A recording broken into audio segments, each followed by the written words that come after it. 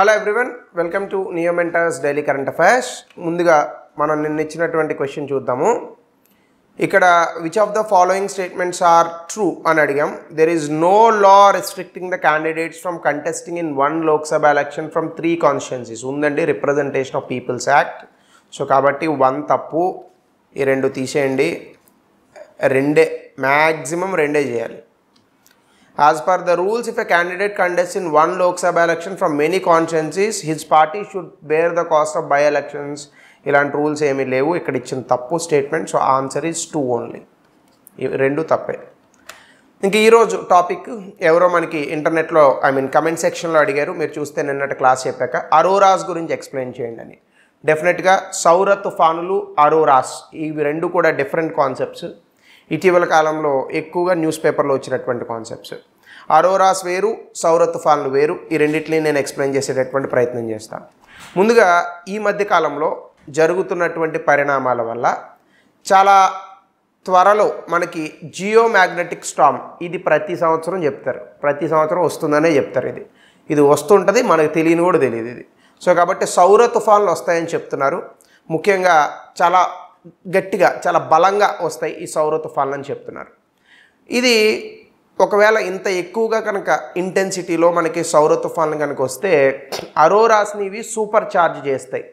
Aurora's అంటే ఏంటంటే బేసికల్గా మీరు ధ్రువ ప్రాంతాల్లో ఎక్కువగా ఈ అరోరాస్ కనిపిస్తాయి. మనకి ఇప్పుడు నార్మల్గా కూడా అరోరాస్ ఉంటాయి, కానీ ఇప్పుడు మనకున్న లైటింగ్ వీటికి కనిపించవు అన్నమాట. సో అరోరాస్ అంటే ఏంటంటే ఈ సౌర తుఫాన్ నుంచి వచ్చేటటువంటి పార్టికల్స్ ఉంటాయి, ఛార్జ్డ్ పార్టికల్స్, అంటే అందులో విద్యుత్ కూడా ఉంటుంది అన్నమాట. ఈ పార్టికల్స్ భూమి తాలూకా మ్యాగ్నెటిక్ ఫీల్డ్ ఏదైతే ఉందో, అయస్కాంత శక్తి ఏదైతే ఉందో దాంతో టచ్ అయినప్పుడు కొన్ని కలర్స్ ప్రొడ్యూస్ అవుతాయి, అంటే కొన్ని రకాల రంగులు కనిపిస్తూ ఉంటాయి అన్నమాట. వీటిని అరోరాస్ అని పిలుస్తూ ఉంటారు. సో ఈ అరోరాస్ ఏవైతే ఉన్నాయో ఇవి ఎక్కువగా ధ్రువ ప్రాంతాల్లో కనిపిస్తూ ఉంటాయి. ఉత్తర ప్రాంతాల్లో కనిపిస్తే దాన్ని అరోరా బొరియాలిస్ అని అంటారు. Sorry, give me 1 second. ఉత్తర ప్రాంతంలో కనిపిస్తే దాన్ని అరోరా బొరియాలిస్ అని అంటారు. సౌత్ పోల్స్ అంటే దక్షిణ ప్రాంతంలో కనిపిస్తే దాన్ని అరోరా ఆస్ట్రాలిస్ అని పిలుస్తారు. ఇవి జనరల్గా మనకి ఎగ్జామినేషన్లో క్వశ్చన్ల రూపంలో అడిగేటటువంటి ప్రశ్నలు.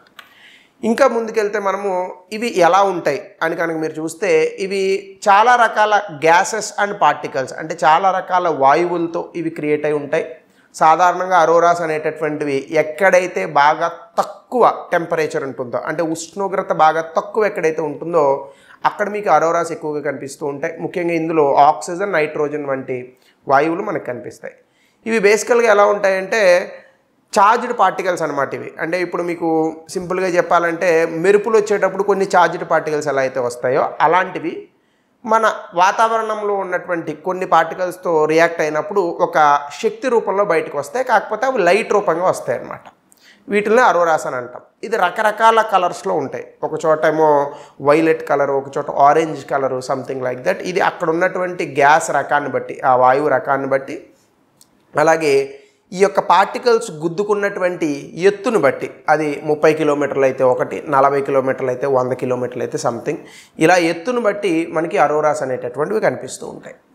అలాగే మీరు చూస్తే జియో మ్యాగ్నెటిక్ స్టార్మ్స్ అని మనకున్నాయి, అంటే సౌర తుఫాన్లు అని అంటారు. ఇవి సూర్యుడి నుంచి వచ్చేటటువంటి coronal mass ejections and solar flares అని అంటారు. అంటే సూర్యుడు అనేటటువంటిది ఒక మండే అగ్నిగోళం. కరెక్ట్గా చెప్పాలంటే ఒక nuclear fusion reactor in the sky.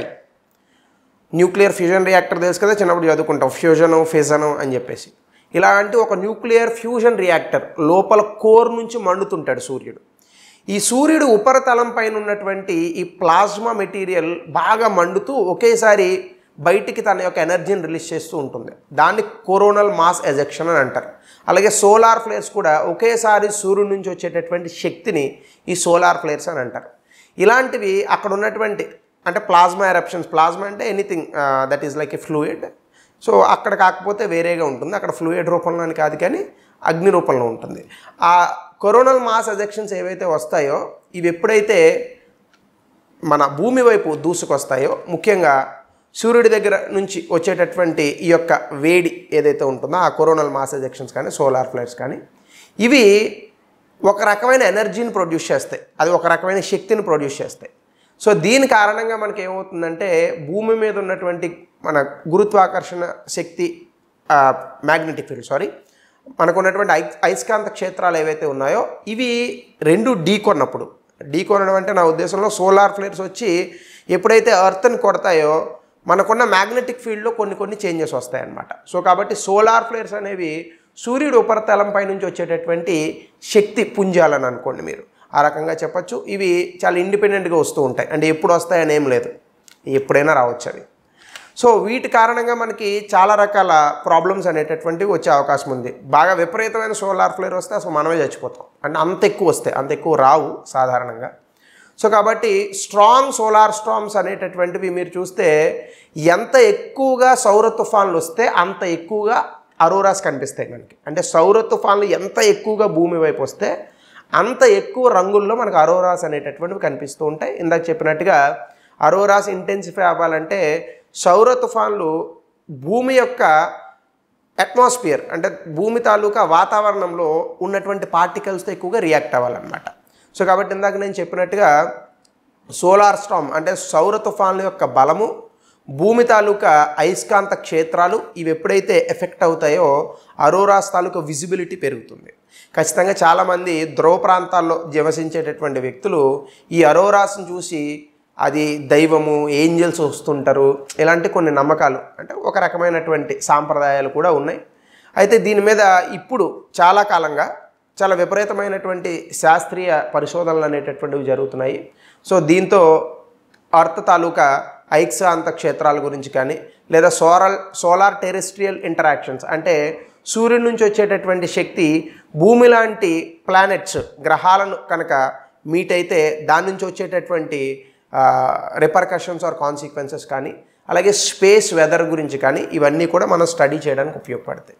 ఎందుకు అంటే సోలార్ ఫ్లేర్స్ అనేటటువంటి వచ్చినా కూడా మీకు భూమి తాలూకా వాతావరణం దాటితే అవి మీకు కనిపించవు. మీకు ఎప్పుడైనా మీరు గమనించారో లేదో, ఇప్పుడు మనం చూస్తే ఆకాశం అనేటటువంటిది నీలంగా ఉంటుంది, కానీ భూమి తాలూకా వాతావరణాన్ని దాటి వెళ్ళిపోతే మీకు స్పేస్ అంతా నల్లగా కనిపిస్తుంది.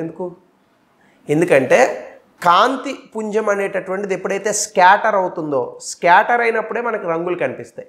సో భూమి తాలూకా వాతావరణంలో సూర్యుడి నుంచి వచ్చేటటువంటి కాంతి స్కాటర్ అవ్వనటువంటి కారణంగా మనకి బ్లూ స్కై అనేటటువంటిది కనిపిస్తుంది. కానీ మీరు స్పేస్లోకి రోదస్లోకి కనుక వెళ్తే అసలు అక్కడ అట్మాస్ఫియర్ అనేటటువంటిది ఉండదు, కాబట్టి అంటే వాతావరణం ఉండదు, అందులో డస్ట్ పార్టికల్స్ అనేటటువంటివి ఉండవు.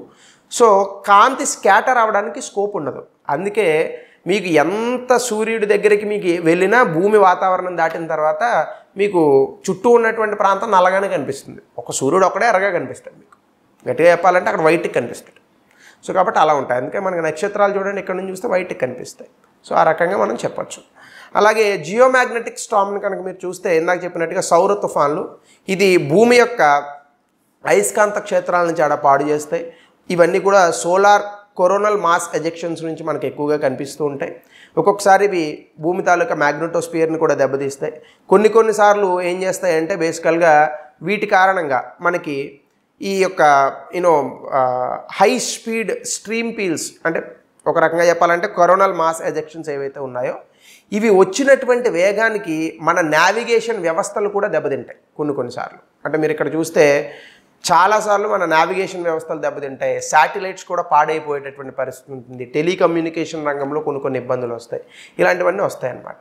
సాధారణంగా effective solar wind conditions geomagnetic Storm include. అంటే ఎటువంటి పరిస్థితుల్లో మనకి ఈ జియోమాగ్నెటిక్ స్టార్మ్స్ వస్తాయి అంటే high speed solar wind for several to many hours, చాలా గంటల పాటు అధిక వేగంతో కనుక సూర్యుడి నుంచి కాంతి పుంజాలు వెలువడితే దానివల్ల మనకి ఈ ఎక్కువగా సౌర తుఫాన్లు అనేటటువంటివి వస్తాయి.